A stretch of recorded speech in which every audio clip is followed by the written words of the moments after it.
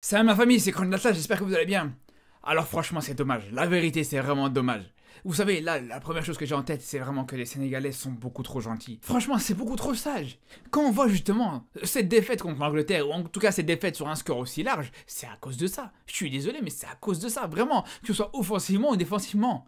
Offensivement, les Sénégalais, plusieurs fois, ils avaient eu la possibilité d'ouvrir le score. Ils ont fait une première mi-temps incroyable contre l'Angleterre. Ils avaient plusieurs possibilités, plusieurs occasions pour venir ouvrir le score, pour venir marquer, pour venir vraiment mettre en difficulté cette équipe anglaise. Dans ce genre de situation, tu ne vas pas faire de politesse au gardien adverse. En Coupe du Monde, et en particulier dans un huitième de finale de Coupe du Monde, des occasions, t'en auras pas 15, t'en auras pas 10, t'en auras pas 5, t'en auras juste quelques-unes, peut-être même une sur tout le match. Donc tu peux pas te permettre d'être aussi mou. Les Anglais, ils ont marqué 3 buts. Vous croyez qu'ils ont eu combien d'occasions?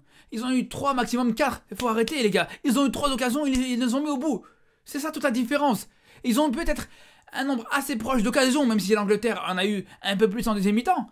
Mais honnêtement, en termes d'occasions, c'était assez équilibré, et l'Angleterre a été malgré tout largement au-dessus. Et ça, c'est toute la différence. Les Anglais, ils étaient pas là pour faire de la figuration devant le but du Sénégal, les gars. Et c'est ça le problème. C'est ça le problème, je vous dis, les Sénégalais étaient trop gentils devant le but. Et ça, c'était le cas offensivement, mais défensivement aussi, c'était beaucoup trop gentil du côté du Sénégal. Combien de fois les Anglais ont pu aller en contre-attaque tranquillement?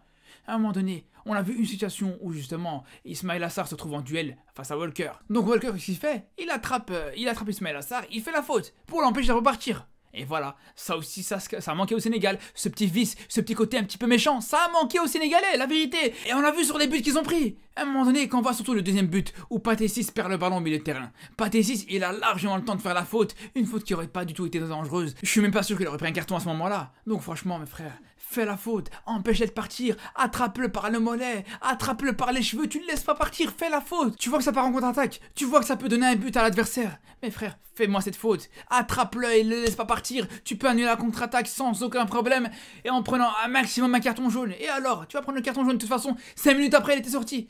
5 minutes après, de toute façon, dans tous les cas, il avait fait un changement et il était remplacé. Donc s'il avait fait la faute à cet endroit-là et à ce moment-là du match, il n'y aurait eu aucune conséquence pour le Sénégal dans cette rencontre. C'est vraiment ça qui a manqué au Sénégal. C'est ce petit côté un petit peu méchant, c'est ce petit vice. Et c'est vraiment dommage de ne pas l'avoir vu. Pourtant, le Sénégal a été bon. Je suis désolé. Je suis dégoûté de devoir dire ça. Franchement, je suis dégoûté de devoir dire ça parce que je sais très bien que maintenant, quand je dis ça, avec ce score, ça peut paraître compliqué. Mais le Sénégal a tenu la route, les gars. Je suis désolé, mais le Sénégal a tenu la route. Comme je vous dis, les Anglais n'ont pas eu énormément d'occasions. Après, c'est vrai que malheureusement, en deuxième mi-temps, je trouve que le Sénégal était moins bon. C'est vrai que le Sénégal en deuxième mi-temps était complètement perdu. Et là, vraiment, je pense qu'on peut parler des changements d'Aliou Cissé. Expliquez-moi pourquoi il fait sortir Pathé 6. Sincèrement, pourquoi il le fait sortir? Ok, c'est lui qui commet l'erreur sur le deuxième but de l'Angleterre, il n'y a pas de problème, ok. Mais à un moment donné, ça a été un joueur qui a fait une mi-temps incroyable. Il a été monstrueux dans l'engagement. Il a été vraiment très bon défensivement. Il n'y a eu aucune reproche quasiment à lui faire par rapport à ça. Même offensivement, c'était un joueur qui arrive à proposer à chaque fois des ballons en profondeur. C'est vraiment l'une des qualités sur lesquelles on l'attendait dans ce match. Et il a su répondre présent. Il a su apporter beaucoup de danger dans cette défense anglaise grâce à ses passes en profondeur. Et là, tu te fais sortir. Et il ne faut pas s'étonner qu'en deuxième mi-temps, le Sénégal n'a plus une occasion à se mettre sous la dent. Parce qu'à un moment donné, tu fais sortir le seul joueur qui arrive à un petit peu créer dans ce milieu de terrain. Faut pas s'étonner. Mais c'est dommage parce que malgré tout, honnêtement, franchement, on a vu, comme je vous dis, des choses intéressantes. On a vraiment vu des très belles choses du côté sénégalais, même dans le duel aérien, dans l'engagement physique. Franchement, les Sénégalais étaient présents. Et je dirais même plus, le Sénégal a été largement supérieur dans ce domaine-là. Et c'est ça qui est grave, c'est que au final, t'arrives à être supérieur, t'arrives à gagner 2 fois plus de duels aériens que l'Angleterre.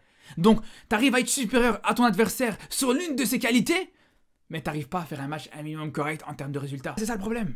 Parce qu'encore, tu prends un but, je veux dire, une reprise de volée de Harry Kane, ou une frappe incroyable de Saka, on va dire, il n'y a pas de problème. La qualité qui est en face, c'est vraiment au-dessus, il n'y a pas de problème. Mais là, franchement, c'est des buts évitables. Des buts que tu donnes quasiment sur des contre-attaques que tu peux éviter largement.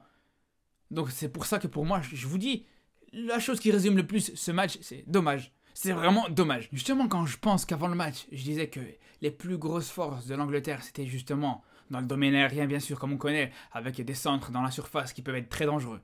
Et là, pour le coup, le Sénégal a très bien géré ça. Ou en plus de ça, comme je vous dis, au niveau des frappes de l'extérieur de la surface, on sait que ces joueurs anglais, ils ont tous une très belle qualité de frappe. Et que par rapport à ça aussi, le Sénégal a su bien gérer, a su les empêcher de mettre des frappes de loin. Franchement, on peut être que frustré par rapport à ce match sénégalais.